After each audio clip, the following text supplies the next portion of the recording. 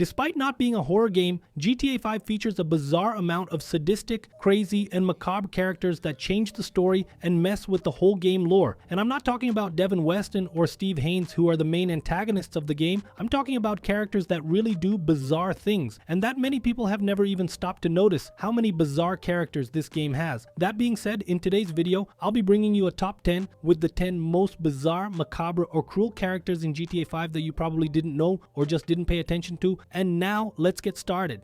In 10th place on this list, I'm going to talk about our esteemed Devon Weston. Devon Weston, despite being an antagonist in the game, is not as cruel or macabre as the other guys I'll be bringing to you on this list, and trust me, some will surprise you. Devon Weston is a cheating billionaire with interests that don't serve the game's protagonist, although he participates in torture, like when he ends up torturing Mr. K during a brief period that is not shown in the game and is clearly narcissistic. He doesn't kill or torture people just for fun. Normally, Devon Weston's focus is more on financial growth and also on gaining power. So I think that makes him, despite being an antagonist and a cruel guy in a way, I think he's the least macabre or bizarre on this list. In 9th place, I have here, actually there are two characters. I'm going to place them as 9th place because I don't think there's a right way to classify this. I'm talking about Chris Formage and also the leader of the Altruist cult, who I believe is that old man there holding the machete in Trevor's random event. And why do I believe these two are in the same category? These two characters use faith or pseudoscience to manipulate weaker minds. For example, when you pay attention to the Epsilon missions, you clearly see that the people who follow Chris Formage are simply being manipulated. I believe the same thing happens in the Altruist cult. Some leaders end up forcing that situation and weaker minds believe it. And once that happens, it turns into a big issue with cannibal cults like the Altruist cult or even fanatic cults like the Epsilon. They sacrifice innocence among many other things, manipulation, etc.,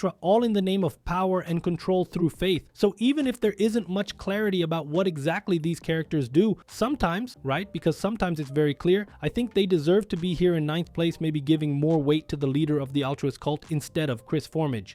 In 8th place, we go to another antagonist in the game. This time we go to Weien. Weien is the leader of the Chinese triad and basically not shown during the game very heavy scenes related to Weien. However, because he is the leader of a mafia triad, a mafia gang, and his appearance in some missions such as the kidnapping of Michael and so on, you can have an approximate idea of the atrocities he ends up committing during the game to keep his empire running. Atrocities that involve trafficking, torture, kidnapping, execution, extortion, and so on. So he's a really tough guy, very cruel, and despite leading a criminal empire, he doesn't seem to do it for fun. It's because it's necessary for the growth of his empire, so much so that when he wants to capture Trevor, he analyzes it for a long time before trying to capture him. And then when he can't, only then does he end up getting Michael to try to attract Trevor, and it doesn't work out very well. But anyway, this shows that he cares a little about collateral damage. If he didn't care at the moment when he was watching Trevor, Michael, and Patricia when they were living in the trailer, he could have, I don't know, just dropped a bomb there and sent everything into space, and he didn't do that.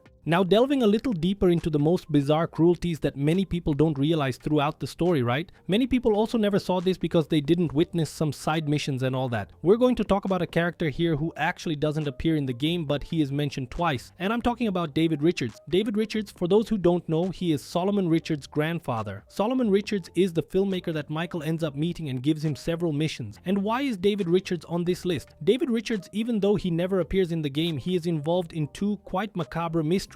One of these mysteries is a mystery where we have that corpse in the abandoned mine, and there is also the woman who is drowned there with cement on her feet. In addition to this first mystery, David Richards also had knowledge of another brutal murder within Vinewood, which is the murder of Leonora Johnson. In other words, in some way, this character was involved in this part of the macabre underworld of Vinewood. It is never explained what his level of involvement was. However, in one of the letters related to these mysteries, it is said that at a certain point, David Richards even paid prostitutes to stab each other while he watched alongside Fred Quincy. This shows that this guy has some level of sadism or something very strange that makes him a cruel character in a way, even though he never appeared in the game. And a curious point here is that he is the only character mentioned in two different mysteries, in two different brutal murders. These are the murders involving Fred Quincy and the other one involving Peter Drifus. The next character here in 6th place is Steve Haynes. Steve Haynes, despite making us very angry during the game, is not a guy so cruel that he should at least be in the top 3. There are much more bizarre guys than him. Although he is an antagonist in the game, he is much more of a villain out of self-interest, focused on his career and success, rather than actually being a cruel guy who enjoys torturing people, etc. It is a fact that he orders torture, kidnapping, and various other crimes that happen during the game. For example, the mission where we have to torture Mr. K with Trevor,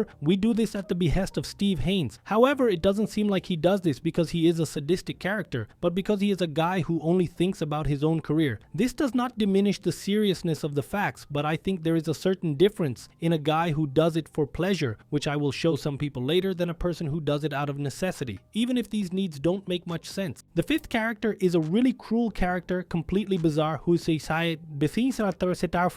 also not shown in the game, but he is directly involved in one of the mysteries. I'm talking about Fred Quincy. Fred Quincy appears in the mystery of Isaac. He kills Isaac and leaves the corpse there in that abandoned mine in the middle of the mountains. And at some point he finds out that one of his secretaries found out that he had killed Isaac, or that he had done something else. I don't exactly remember what it was, but the explanation is there in the letter of this mystery. And then he takes this woman, puts cement on her feet, hooded her, and throws her into the sea near Fort Zancudo. And after doing all this, he sends a letter to David Richards where he explains everything he did, kind of making a confession in a way. However, this letter also has a different tone. At a certain point, he kind of makes it clear that he wants to protect his interest, and he already mentions what happened to people who tried to expose him in any way. So this letter was both a confession and also a warning to David Richards that he should never say anything. And in the end, he agrees to invest a lot of money in David Richards' movie studio as a way to make them partners and never speak of it again. An important detail is that Fred Quincy was with David Richards when David Richards paid the prostitutes to stab themselves. So in addition to the murders that Fred Quincy had already committed, like the corpse in the mountain and the woman drowned with cement on her feet, it is made very clear that this character was completely insane in some way, with an absurdly high level of cruelty. The 4th character here, I wouldn't even like to talk about him much, but I think it makes sense because the idea is to show the reality of this list, and I'm talking here about the character Trevor. Although he is a protagonist that most people like, I at least particularly really enjoy playing with him. Trevor is a serial killer, completely unhinged. At various points in the game, he also claims to have tasted human flesh. He can also take hitchhikers to the altruistic cult where they will be sacrificed. In addition to all these crimes, he also molested Floyd, and definitely some other characters during the game as well. Trevor also shows during the game that he can torture people without any remorse and do it as if he were playing calmly. At various moments in the game, sometimes when you spawn with Trevor or switch to him, you can see several gang members dead next to him, or sometimes he's chasing someone who looks like he wants to molest them or something. So even though Trevor is a character that we really enjoy playing, it's important to make it clear that the guy is a complete lunatic and he's very cruel. I think the only strong point of Trevor throughout the whole game is that he's an extremely loyal guy. But apart from that, if he wasn't a protagonist of the game, if he were, for example, an antagonist, he would definitely be a terribly macabre guy within the game's lore, because he would be presented differently. He would be portrayed as a serial killer who eats human flesh, takes people to be sacrificed, molests others, tortures, and he still does a bunch of other stuff that many people don't even realize throughout the game.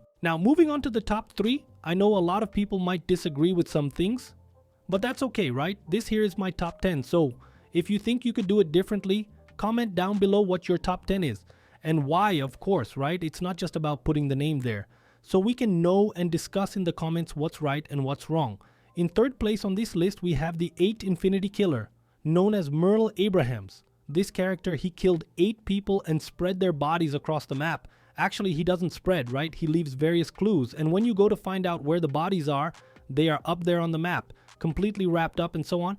What catches a little attention about this murder is the way things happen, and the fanaticism for the number 8. In other words, the game makes it clear that this guy was pretty cruel, and that he did some bizarre things with the bodies most likely before throwing the people there. There is a theory that Merl Abrahams may not be the true killer of the Infinite, that it might be another character, or that a fan is following in his footsteps. But despite that, I believe that he is indeed a killer in some way, and that he murdered and tortured 8 people simply because of his obsession with the number 8. An important point to make clear is that besides the 8 bodies found in Los Santos on the island of Cayo Perico, you can also find another 8 bodies. They are exactly the same, but suggest that the same killer has also been there. Secondly, we're going to a character that I believe many people wouldn't imagine would be here, and I'm talking about Agent ULP. This agent, he is an agent of the IAA who serves the government's interests in counterterrorism. In other words, the agency which in theory acts as if it were the CIA, but within the game. This agency is paid to combat terrorism, but I think there's something that many people didn't pay attention to. In the mission Monkey Business,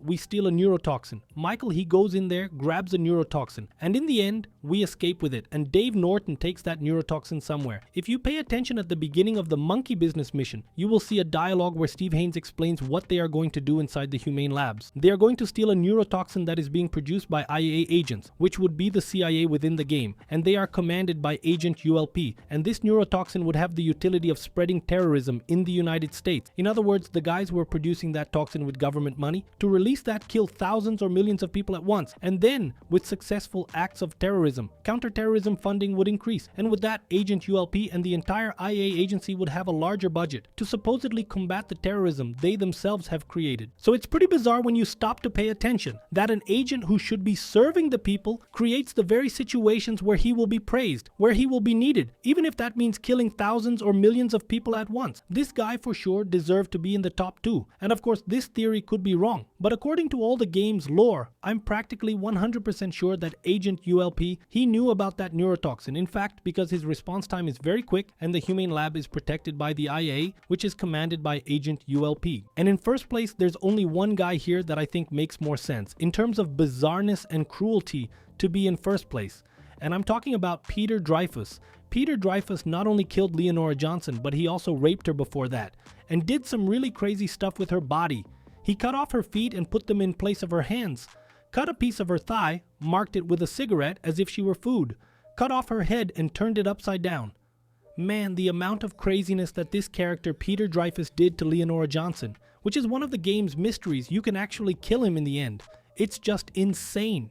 The guy, he goes beyond insanity very easily. And the worst part of all this, it wasn't him luring the woman with the promise that she would have a role in his movies or something like that. It was him doing all of this, and then when he finished the crime and the police found out. In other words, he orchestrated everything so that the police would see and uncover the crime. He hid and started taking parts of Leonora Johnson's body, like clothes or mementos of her and things like that, and started sending them to her family, not only as a way to have tortured Leonora Johnson to death in an extremely bizarre way, he also wanted to torture her family in life, who knew that the killer was loose and no one actually found out who it really was. And then he used this to keep torturing even more. In other words, just killing and torturing Leonora was not enough. He had to torture the family with remains of the person, with her belongings and body parts as well, which makes everything even more bizarre. When you encounter this guy after collecting all of Leonora Johnson's collectibles so that you can actually give him a final fate in the way you want, you realize that the guy has no remorse at all, and that, according to him, in some lines you can understand. He did this because it was necessary to unlock his art at a next level. In other words, he needed to go through the experience of killing and torturing someone in that way, so that he could reach a new level in script writing, among other things. So, for him, that in the end was beneficial. He felt no remorse at all for everything he did, besides feeling like a being completely above others. An example of this is when Franklin goes to talk to him, and he asks if Franklin is there to suck him, which doesn't make much sense, but it shows that this guy sees other people simply as a tool to serve his pleasures and nothing else. And for that reason, I consider Peter Drifus to be the most cruel, evil, bizarre, etc. character within the GTA 5 universe. But of course, you can also disagree.